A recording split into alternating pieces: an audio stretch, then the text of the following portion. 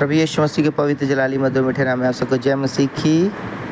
प्रभु का धन्यवाद करता हूँ। प्रभु जी ने हमें सबको संभाला, सुरक्षा दी, हम सबकी सहायता की। हम देहरादून मसूरी गए हुए थे हम परिवार के साथ। प्रभु सुरक्षित लेकर आए। प्रभु का धन्यवाद करता हूँ। आज मत्ती 23 अध्याय यहाँ पे लिखा है, तब यीशु ने भीड़ से और अपने चेलों से कहा, शास्त्री और फरीसी मूसा की गद्दी पर बैठे हैं, इसलिए वह तुमसे जो कुछ कहे वो करना और मानना, परंतु उनके से काम मत करना, क्योंकि वह कहते तो हैं पर अब करते नहीं। वह एक ऐसे भारी बोझ को जिनको उठाना कठिन है बांधकर उन्हें मनुष्य कंधों पर रखते हैं, परंतु स्वयं उसे अपनी उंगली से भी सरकाना नहीं चाहते। वे अपने सब काम लोगों को दिखाने के लिए करते हैं। वे अपने ताबीजों को चौड़ा करते और अपने वस्त्रों की कौरें बढ़ाते हैं। भोज में मुख्य स्थान और सभा में मुख्य आसन, बाजारों में नमस्कार और मनुष्य में रब्बी खिलाना उन्हें भाता है। परंतु तुम रब्बी ना कहलाना, क्योंकि तुम्हारा एक ही गुरु है और तुम सब भाई हो।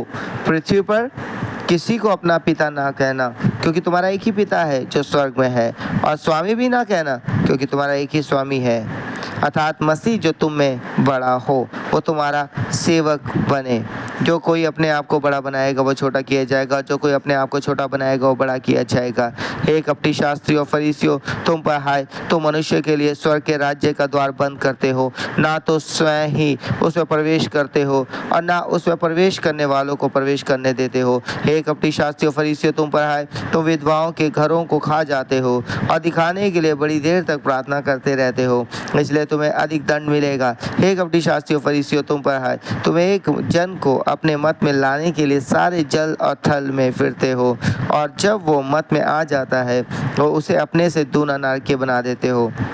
हे अंधे अगुओं, तुम पर हाय, जो कहते हो कि यदि कोई मंदिर की शपथ खाए तो कुछ नहीं, परंतु यदि कोई मंदिर के सोने की सौगंध खाए तो उससे बन जाएगा। हे मूर्खों और अंधों, कौन बड़ा है, सोना या वो मंदिर जिससे सोना पवित्र होता है? फिर कहते हो कि यदि कोई वेदी की शपथ खाए तो कुछ नहीं, परंतु जो भेंट उस पर है यदि कोई उसकी शपथ खाए तो बन जाएगा। हे अंधों, कौन बड़ा है, भेंट या वेदी जिससे भेंट पवित्र होती है?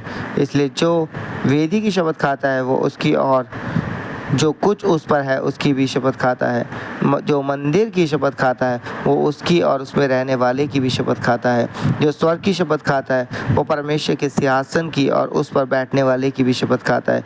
हे कपटी शास्त्री और फरीसियों, तुम पर हाय, तुम पुदीना और सौंफ और जीरा का दशवांश तो देते हो, परंतु तुमने व्यवस्था की गंभीर बातों को अर्थात न्याय और दया और विश्वास को छोड़ दिया है। चाहिए था कि इन्हें भी करते रहते और उन्हें भी ना छोड़ते। हे अंधे अगुआ, तुम मच्छर को तो छान डालते हो परंतु ऊंट को निगल जाते हो। हे कपटी शास्त्रियों फरीसियों, तुम पर हाय, तुम कटोरे और थाली को ऊपर से तो मांजते हो, परंतु वह भीतर अंधेर और असंयम से भरे हुए हैं। हे अंधे फरीसी, पहले कटोरे और थाली को भीतर से मांज कि वह बाहर से भी स्वच्छ हो। हे कपटी शास्त्रियों फरीसियों, तुम पर हाय, तुम चूना फिरी हुई कब्रों के समान हो, जो ऊपर से तो सुंदर दिखाई देती है परंतु भीतर मुर्दों की हड्डियों और सब प्रकार की मलिनता से भरी है। इसी प्रीति से तुम भी ऊपर से मनुष्यों को धर्मी दिखाई देते हो परंतु भीतर कपट और अधर्म से भरे हुए हो। हे कपटी शास्त्रियों फरीसियों, तुम पर हाय, तुम भविष्यवक्ताओं की कब्रें संवारते और धर्मियों की कब्रें बनाते हो और कहते हो, यदि हम अपने बाप दादाओं के दिनों में होते तो भविष्यवक्ताओं की हत्या में उनके साझी न होते। इससे तो तुम अपने आप ही गवाही देते हो कि तुम भविष्यवक्ताओं के हत्यारों की संतान हो। अतः तुम अपने बाप दादाओं के पाप का घड़ा पूरी तरह भर दो। हे सांपों, हे करेतों के बच्चों, तुम नरक के दंड से कैसे बचोगे? इसलिए देखो, मैं तुम्हारे पास भविष्यवक्ताओं और बुद्धिमानों और शास्त्रियों को भेजता हूँ, और तुम उनमें से कुछ को मार डालोगे और क्रूस पर चढ़ाओगे और कुछ को अपने आराधनालयों में कोड़े मारोगे और एक नगर से दूसरे नगर में खदेड़ते फिरोगे। जिससे धर्मी हाबिल से लेकर बिरकिया के पुत्र जकरिया तक, जिसे तुमने मंदिर और वेदी के बीच में मार डाला था, जितने धर्मियों का लहू पृथ्वी पर बहाया गया है वो सब तुम्हारे सिर पर पड़ेगा। मैं तुमसे सच कहता हूँ, ये सब बातें इस समय के लोगों पर आ पड़ेंगी।